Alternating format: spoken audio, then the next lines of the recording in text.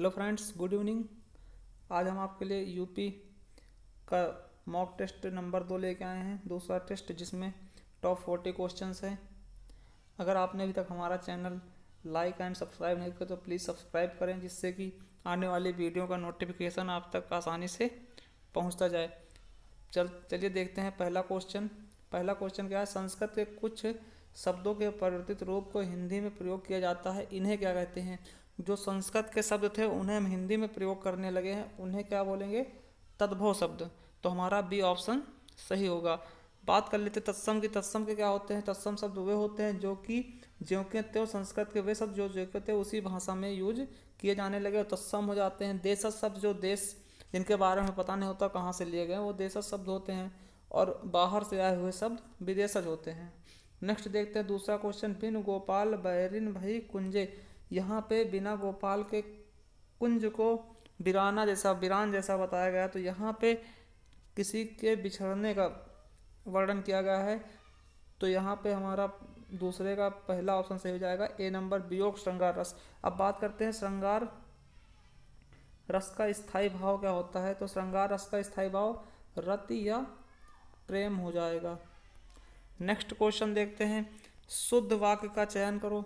तो अब देखते हैं कि पहला है, भारत में अनेक जाति हैं, भारत में अनेकों जाति हैं, भारत में अनेक जातियां हैं, भारत में अनेकों जातियां हैं। तो हम देखते हैं कि जहाँ कहीं भी अनेकों शब्द आता है वो हमेशा पहले से ही गलत होता है।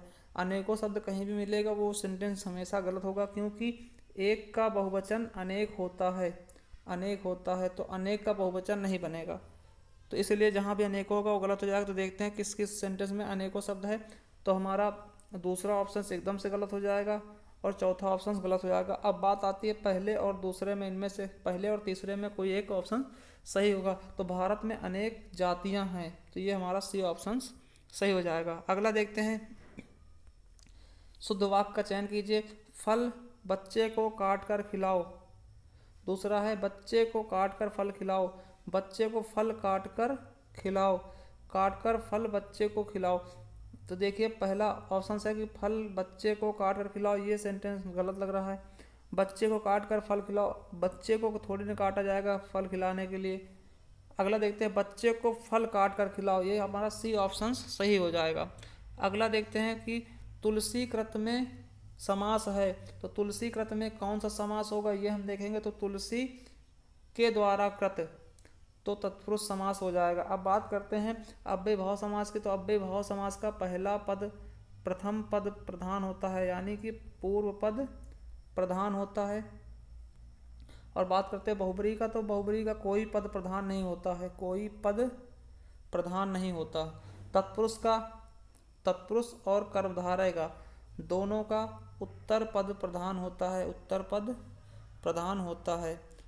और तत्पुरुष की एक बात और कि इसके कई सारे भेद होते हैं। जितने भी आपके कारक होते हैं, पहला और लास्ट वाला छोड़कर इसके 6 भेद और हो जाते हैं कारक से। और कर्मधारय की बात करते हैं तो क्वेश्चन इससे बहुत बनता है कि किसमें विशेष और विशेषण का संबंध होता है। तो विशेष और विशेषण का संबंध किसमें होता है? तो कर्मधारय में। और कर्मधारय में ही उपमान और उपमेय का संबंध भी होता है, उपमान और उपमेय का भी संबंध होता है। तो ये हम ध्यान रखेंगे। अगला देखते हैं, उन्नति शब्द में प्रयुक्त उपसर्ग होगा। तो उन्नत शब्द में कौन सा प्रयुक्त उपसर्ग होगा? तो उत धन नति। तो हमारा ये सही हो जाएगा उत। यहाँ पे जहाँ पे उन्नति में उत धन नति हो जाएगा, इसका हम विच्छेद करेंगे तो उत धन नति। तो उन्नत क्या होगा? उत हो जाएगा। नेक्स्ट देखते हैं, निम्नलिखित में से कौन सा जमुना का पर्यायवाची शब्द नहीं है। तो जमुना का पर्यायवाची शब्द कौन सा नहीं है? तो रवि तनया। अब रवि मीन्स क्या होता है? सूर्य तनया मीन्स पुत्री, मतलब कि सूर्य की पुत्री। सूर्य की पुत्री किससे कहते हैं? जमुना जी को, सही हो जाएगा। कालिंदी भी जमुना जी का पर्यायवाची है और कृष्णा भी जमुना जी का पर्यायवाची है। कभी कभार लोग कृष्णा को नहीं गलत कर देते, तो ये होगा 100% यमुना का पर्यायवाची कृष्णा भी होगा। तो यहाँ पे सरिता नहीं होगा, सरिता नदी का पर्यायवाची है। नेक्स्ट देखते हैं 8वां नंबर क्वेश्चन। निम्नलिखित में से कौन सा गंगा का पर्यायवाची नहीं है? तो गंगा का ये तीनों लास्ट के तीनों हैं, सूर्य सुता नहीं होगा, सूर्य मतलब सूर्य सुतामिस पुत्री, मतलब ये यमुना का पर्यायवाची हो जाएगा। तो हमारा ए ऑप्शन सही होगा। नेक्स्ट देखते हैं एकत्र का विलोम शब्द क्या होगा। एकत्र करना, विकीर्ण कर देना, फैलाना। ठीक, तो हमारा डी ऑप्शन सही होगा। सज्जन में कौन सा समास होगा। तो सज्जन में क्या होता है, कौन सा समास, सत है जो जन, अर्थात सज्जन सत है जो जन। तो सत है जो जन मतलब कर्मधारय समास होगा। ये पूछा भी गया था यूपीपी में, इंपॉर्टेंट क्वेश्चन है, ये आया भी है पिछले बार, तो हम ध्यान देंगे। अगला देखते हैं सामान्य का विलोम शब्द क्या होगा। सामान्य का विलोम शब्द विशिष्ट हो जाएगा। निम्नलिखित में से शुद्ध वर्तनी देखना, ये भी इंपॉर्टेंट क्वेश्चन है। इस बार यूपी बीएड में, यूपी टेट में पूछा गया क्वेश्चन है ये, यूपी टेट में, तो ध्यान देंगे। तो विरहिणी इस तरह लिखा जाएगा, विरहिणी लिखा जाएगा। नेक्स्ट देखते हैं, ये हमारा मुहावरे है, इसका अर्थ बताना। कलेजे पर सांप लौटना, मतलब इसका मतलब होगा ईर्ष्या से हृदय जलना। नेक्स्ट देखते हैं बनावट शब्द है। बनावट होती है, बनावट होती है, तो होती से क्या पता लगा कि ये स्त्रीलिंग है, तो हो जाएगा बी ऑप्शन सही हो जाएगा हमारा, स्त्रीलिंग। नेक्स्ट देखते हैं घोड़ा का बहुवचन क्या होगा। घोड़े, घोड़ा बहुवचन घोड़े हो जाएगा। अगला देखते हैं खंडहर का तत्सम क्या होगा। खंडहर का तत्सम होगा खंड ग्रह, खंड ग्रह, तो बी ऑप्शन सही होगा। जिस तरह कटघरा का क्या होता काष्ठ ग्रह, उस तरह खंडहर का खंड ग्रह। अगला देखते 17 नंबर, जिसका इलाज ना हो सके इसके लिए एक शब्द क्या होगा, तो असाध्य हो जाएगा। नेक्स्ट देखते हैं झगड़ा लगाने वाले के लिए एक शब्द क्या होगा। झगड़ा लगाने वाले के लिए नारद। अगला देखते हैं अनिल और अनल समरूपी भिन्नात्मक अर्थ हैं। अब ये बहुत इंपॉर्टेंट क्वेश्चन है, यूपीपी में भी पूछा गया है, वेरी इंपॉर्टेंट क्वेश्चन हो जाएगा ये हमारे लिए। तो इसको हम याद रखेंगे कि अनल मीन्स क्या होता है, अनिल मीन्स क्या होता है। अनल मीन्स होता है आग और अनिल मीन्स होता है हवा। तो देखते हैं, पहला है अग्नि और वायु, यही हमारा पहला ऑप्शन सही हो जाएगा। नेक्स्ट देखते हैं अत्याचार का संधि विच्छेद कीजिए। अत्याचार का संधि विच्छेद कीजिए, तो अतिधन आचार अत्याचार, ये हमारा यण संधि होगा। अगला देखते हैं 2 दिन का मेहमान, मतलब क्या होगा। 2 दिन का मेहमान जल्दी मरने वाला, 2 दिन के लिए आया मेहमान, तेज कार्य करने वाला, बिना बुलाए आने वाला। तो 2 दिन का मेहमान का सही अर्थ होगा जल्द मरने वाला। अगला देखते हैं अंतस्थ व्यंजन कौन से होंगे। तो अंतस्थ व्यंजन हमारे हो जाएंगे यारा लावा। बात करते साथ साथ ये हो जाएंगे उष्म या संघर्षी व्यंजन, बहुत ही इंपॉर्टेंट है ये भी कई बार पूछे जा चुके हैं, यूपीपी में भी आया है ये अभी। तो हम देखेंगे ये क्या हो जाएंगे उष्म व्यंजन, और हमारा ऑप्शन सही हो जाएगा डी नंबर यारा लावा, जिसमें यावा क्या होते हैं, यावा हो जाते हैं हमारे अर्धस्वर, इनको अर्धस्वर बोलते हैं, अर्धस्वर बोलते हैं। और ला को बोलते हैं पार्श्विक, पार्श्विक, और रा को लुंठित बोलते हैं। ये याद रखेंगे, बहुत बार पूछा गया है। नेक्स्ट क्वेश्चन देखते हैं, वृक्ष से पत्ते गिरते हैं, पत्ता गिरता है, तो यहाँ अपादान कारक हो जाएगा, क्योंकि अलग हो रहे हैं, कोई चीज़ अलग हो रहे हैं, यहाँ करण नहीं होगा, क्योंकि करण जब जोड़ते हैं कोई चीज़ तो उसमें कहा था, और अपादान जब कोई अलग होता तो अपादान का प्रयोग किया था। तो वृक्ष से पत्ते क्या कर रहे हैं, गिर रहे हैं, अलग हो रहे हैं वृक्ष से। नेक्स्ट देखते हैं भारत दुर्दशा किसकी नाटक है। तो भारत दुर्दशा भारतेंदु हरिश्चंद्र और प्रताप नारायण मिश्र दोनों की रचना है, दोनों के नाटक है, तो हमारा ऑप्शन सी सही होगा, ए व बी दोनों। नेक्स्ट देखते हैं शतरंज के खिलाड़ी किसकी प्रसिद्ध रचना है। शतरंज के खिलाड़ी किसकी प्रसिद्ध रचना है, तो प्रेमचंद की। नागार्जुन के बारे में याद रखेंगे, इन्हें यात्री के नाम से भी जाना जाता था। आगे देखते हैं 26 नंबर, ये अलंकार बताना आपको। भर लाऊं सीपी में सागर प्री अब मेरी हार विजय का, यहाँ पे आपका विरोधाभास अलंकार हो जाएगा।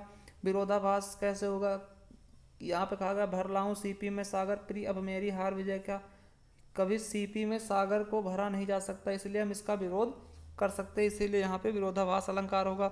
यमक अलंकार क्या होता है, जहाँ पे कोई शब्द कोई शब्द एक से अधिक बार आए और उसके अर्थ अलग अलग हों। रूपक में क्या होता है, किसी को उसी चीज़ का रूप दे जाता है। संदेह में किसी भी चीज़ में संदेह हो जाता है। नेक्स्ट देखते हैं, सोहत जन जुग जलज समाना शशि सभीत दे जयमाला। तो यहाँ पे हमारा क्या हो जाएगा, उत्प्रेक्षा अलंकार हो जाएगा। उत्प्रेक्षा अलंकार की क्या पहचान होती है, जहाँ जन जानो मन मानो आते वहाँ पे, तो यहाँ पे जन आया हुआ है इसलिए उत्प्रेक्षा अलंकार हो जाएगा। नेक्स्ट देखते हैं, अशुद्ध शब्द चुनिए। ये बहुत ही इंपॉर्टेंट क्वेश्चन है, कई बार पूछा जा चुका। तो अशुद्ध शब्द हमें छांटना है, कौन सा अशुद्ध होगा। तो देखते हैं, उज्ज्वल सही है, ज्योत्सना भी सही है, अहिल्या भी सही है। तो हमारा गलत क्या होगा, कवित्री। ये हमारा बी ऑप्शन गलत होगा। कवित्री कैसे लिखा जाएगा, कवित्री। बहुत बार पूछा गया क्वेश्चन है, बहुत ही इंपॉर्टेंट, ये हम याद रखेंगे। तो कवित्री इस तरह लिखा जाएगा। नेक्स्ट देखते हैं, निम्नलिखित में से पुल्लिंग नहीं है, कौन से पुल्लिंग नहीं है। तो गुरुवार ये पुल्लिंग है, बचपन भी पुल्लिंग है, और पागल खाना। तो डिबिया नहीं है, डिबिया होती है, तो इसलिए डिबिया स्त्रीलिंग हो जाएगी। नेक्स्ट देखते हैं, शुद्ध शब्द का चयन कीजिए। आकाश में बिजली गरज रही है, तो ये गलत हो जाएगा, बिल्कुल गलत, क्योंकि बिजली गरजती नहीं, बिजली चमकती है। अगर होता कि आकाश में बिजली चमकती है तो ये सही हो जाता। अगला, यहाँ पर शुद्ध गाय का दूध मिलता है, तो ये भी गलत है। यहाँ इसका क्या सही होगा, यहाँ पर गाय का शुद्ध दूध मिलता है।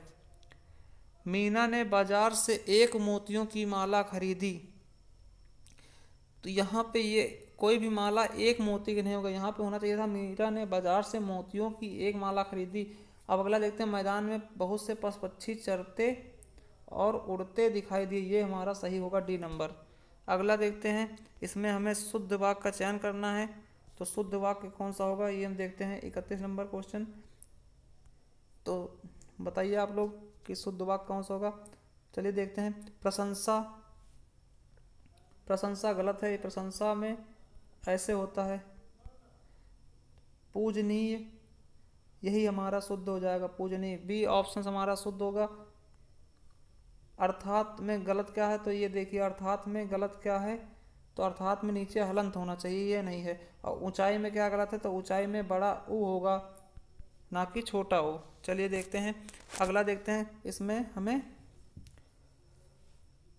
विलोम शब्द का सही युग्म नहीं है, जिस आगम का निगम हो जाएगा, इसमें सभी सही हो जाएंगे। आगम का निगम, संयुक्त का वियुक्त, जागरण, निद्रा, पुरस्कार, तिरस्कार। ये अगर अगम होता तो अगम का गमनी हो जाता, तो यहाँ पे गलती से आगम हो गया टाइप, तो ये हमारा पहला ऑप्शन अगर अगम होता तो ये गलत हो जाता। नेक्स्ट देखते हैं, निम्नलिखित में से कौन सा विलोम शब्द का सही युग्म नहीं है। तो कौन सा विलोम शब्द का सही युग्म नहीं है, वो हम देखेंगे कि भाव का अभाव और मूक का वाचाल, अथ का इति और विशिष्ट का समान। तो भाव का अभाव यही हमारा गलत हो जाएगा, मूक का वाचाल सही है, अथ का इत और विशिष्ट का समान, ये बहुत ही इंपॉर्टेंट हैं, इनको हम याद कर लेंगे क्योंकि कई बार पेपर में पूछे आते हैं ऐसे क्वेश्चन। अगला देखते हैं, निम्नलिखित में से कौन सा तत्सम तत्वों का सही युग्म नहीं है। पोथी, पुस्तक, गिद्ध, गिद्ध, गृद्ध, प्रस्तर, पत्थर, प्रस्तर। तो ये गिद्ध जो है, तो यहाँ पे जो बंदर है, कप नहीं वानर होगा, इसका वानर हो जाएगा। अगला देखते हैं, निम्नलिखित में से कौन सा तत्सम सही नहीं है। यहाँ भी आपको जोड़ा बताना है जो सही नहीं है। तो यहाँ पे पतोह का पुत्र वधु, पनही का उपानय और भभूत का विभूत। तो ये हो गया हमारा कपड़ा का करपट होगा, ना कि वस्त्र, ये इसका पर्यायवाची है। नेक्स्ट देखते हैं, उपविराम चिन्ह की पहचान करें। निम्नलिखित में से उपविराम कौन सा है, तो पहला हमारा क्या है, अर्धविराम। अर्धविराम बहुत बार पूछा गया क्वेश्चन है, ध्यान देंगे, ये है हमारा अल्प विराम। अल्प विराम दूसरा क्या है हमारा, अल्प विराम। तीसरा ये पूर्ण विराम है, और ये हमारा डी ऑप्शन सही होगा, ये हमारा उपविराम है, ये हमारा उपविराम है। इसे ही अपूर्ण विराम भी कहा जाता है, अपूर्ण विराम। अभी हाल ही में स्टेनो के पेपर में पूछा भी गया क्वेश्चन, स्टेनोग्राफर के। नेक्स्ट देखते हैं, दोहा का उल्टा कौन सा छंद होता है। तो सबको पता है कि दोहा का उल्टा क्या होता है, सोठा। अब देखते हैं, चौपाई के बारे में पूछ लिया था, चौपाई में कितनी मात्रा होती है। तो चौपाई में कितनी मात्राएं होती हैं, 16 16। सवैया क्या होता है, सवैया एक वर्णिक छंद है। सवैया में 22 से लेकर 26 वर्ण तक होते हैं। सोरठा क्या होता है? दोहा का उल्टा होता है।